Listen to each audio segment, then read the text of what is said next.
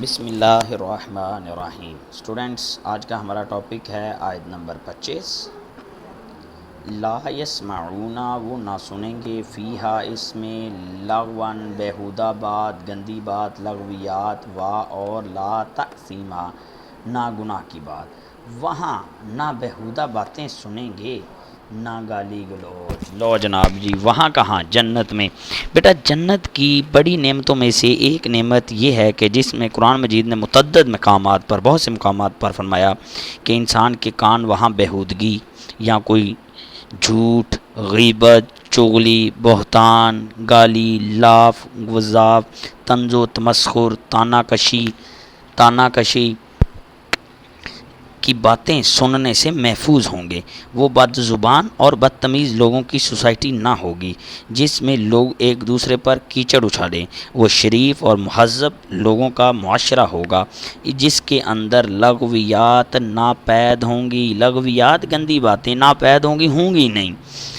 اگر کسی شخص کو اللہ نے کچھ شائستگی اور مزاح سلیم سے نوازا ہے تو وہ اچھی طرح محسوس کر سکتا ہے کہ دنیاوی زندگی کا یہ کتنا بڑا عذاب ہے۔ انسان کو جنت میں نجات پانے کی امید دلائی گئی ہے کہ وہاں لغویات نہیں ہوں گی۔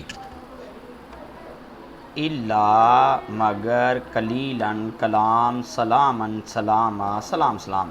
اچھا جی، ہاں ان کا کلام سلام ہوگا۔ بھئی کن کا کلام سلام ہوگا؟ جو لوگ جنت میں جائیں گے ان کا کلام سلام ہوگا۔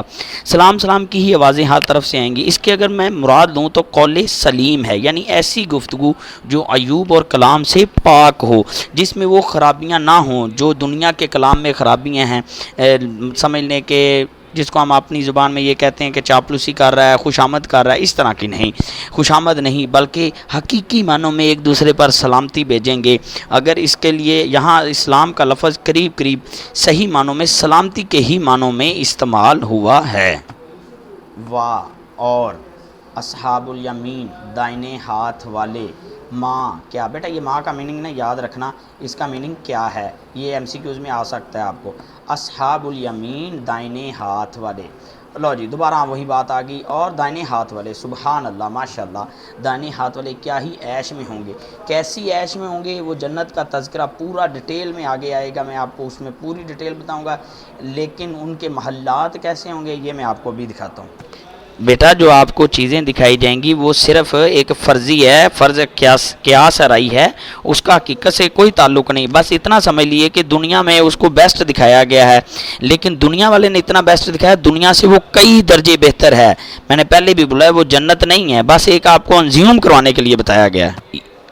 یہ بیٹا دیکھیں ایک قیاس آرائی کی گئی ہے کہ اس طرح کے محلات دنیا والوں نے بنا لیے ہیں، تو جنت والے جو اللہ تبارک و تعالیٰ نے جو محلات بنانے ہیں وہ کس قدر حسین ہوں گے۔ یہ ایک صرف قیاس آرائی ہے، یہ یاد رکھنا آپ لوگ، ٹھیک ہے۔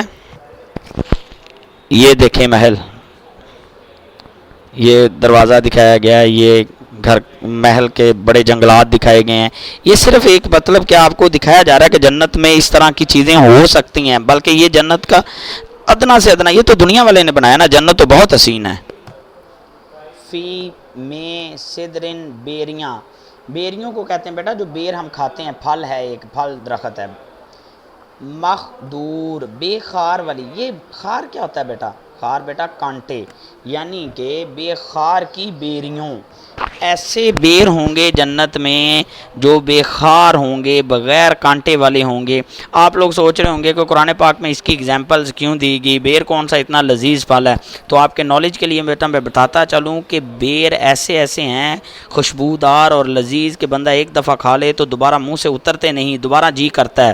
اور جیسے جیسے کسی بیری کے درختوں میں کانٹے زیادہ ہوتے جاتے ہیں، بیر کا ٹیسٹ کم ہوتا جاتا ہے، جیسے جیسے کانٹے کم ہوتے جاتے ہیں بیر کا ٹیسٹ بڑھتا جاتا ہے۔ تو جو جنت میں بیریاں ہوں گی وہ بغیر کانٹے کے ہوں گی، یہ یاد رکھنا بیٹا۔